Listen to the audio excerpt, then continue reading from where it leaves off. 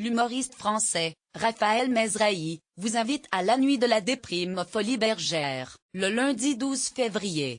Marek Alrour/Abaka interview. Le 12 février, l'humoriste et acteur revient aux Folies Bergères avec la 6e édition de son spectacle annuel devenu incontournable. Sous le signe du chagrin, artistes et humoristes reprennent les titres les plus tristes du répertoire musical. Depuis 6 ans, Raphaël Mesrahi invite chanteurs, musiciens, humoristes et personnalités à réinterpréter le répertoire le plus triste de la chanson. Cette année, Jean-Luc Lahaye, Olivia Ruiz, Laurent Baffy, André Manoukian et tant d'autres artistes participent à l'événement devenu incontournable. Il y a quelque chose de rassurant à savoir que nous sommes au bout du rouleau quand il y a des gens à l'autre bout.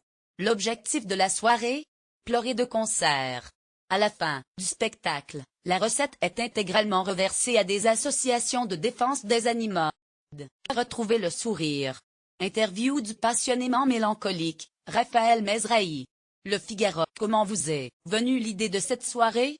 Raphaël Mesrahi. D'abord, je suis un amoureux de la musique et des chansons. J'aime le décalage qu'il y a entre la musique et cette soirée de la nuit de la déprime. D'habitude, on écoute de la musique en soirée dans des moments de bonheur. Mais je trouve que ça sonne fort. Vous ne croyez donc pas au bonheur? Les Français qui disent qu'ils sont heureux sont des bluffeurs. Raphaël Mesrahi. Les Français qui disent qu'ils sont heureux sont des bluffeurs. C'est facile de dire que nous sommes heureux même si ce n'est pas vrai. Sur 1000 personnes qui se disent heureuses, combien le sont-elles vraiment? Je ne trouve pas ça sincère que de clamer qu'on est heureux constamment. Ce spectacle était un pied de nez à cette tromperie générale. Vous n'avez pas aucun mal à dire que vous êtes malheureux. Je ne serai jamais heureux. C'est la vie qui veut ça, mais je fais avec. Pourtant, vous avez réussi à réunir vos deux passions, la musique et la cause animale. Cette soirée ne vous apporte même pas un peu de baume au cœur? Si, ce spectacle me fait plaisir. Mais il faut que je me renouvelle chaque année avec de nouveaux artistes sinon, je m'ennuie très vite. Encore une fois cette année, on ne risque pas de s'ennuyer, en plus des animations qui existaient déjà les années précédentes, stands de mouchoirs ou de Nutella, NDLR, il y aura des choses inédites. Ali sera sur scène.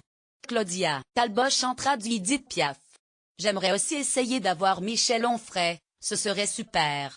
Et puis, il y a tous ces musiciens extraordinaires et haut de gamme qui ont accepté de se joindre à la gaudriole. La date de vos spectacles tombe chaque année quelques jours avant la Saint-Valentin. Encore un moyen de vous moquer des amoureux grotesques? Je me fous complètement de la Saint-Valentin. Je déteste les couples. Je suis en dehors des conventions classiques.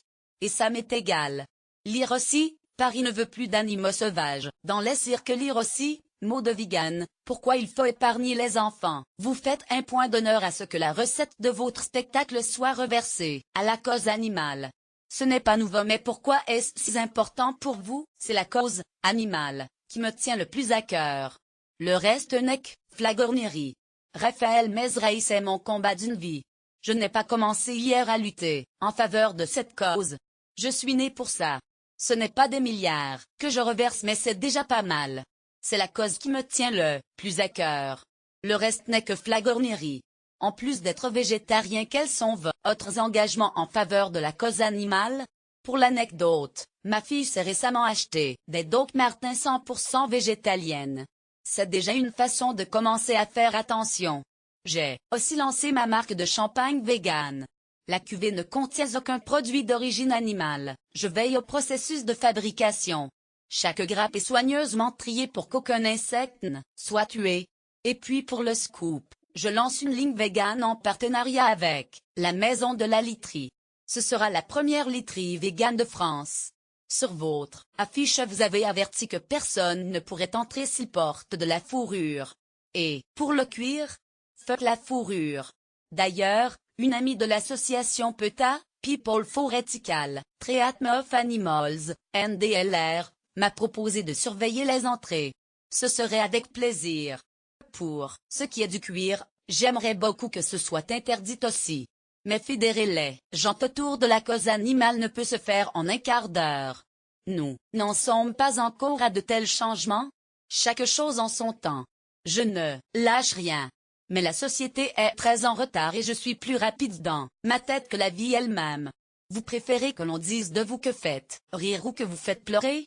Je pense que je suis plus marrant qu'autre chose. D'ailleurs, j'ai dû prolonger mon one-man show où ma grand-mère vous aide au remusé Grévin qui a rencontré beaucoup de succès. Quelle chanson pourriez-vous nous conseiller pour nous faire patienter jusqu'à votre spectacle? Il y a les sœurs Berthollet, Camille et Julie, qui joueront du backup, violon avec Manoukian au piano. Et puis, il y a Barbara, évidemment. Folie Bergère, 32, rue Ritzer, 9e. Tarif unique, 30 €. Le 12 février 2018. Raphaël Mesrahi rendra hommage à son confrère et ami Pierre Péchin, disparu le lundi 29 janvier.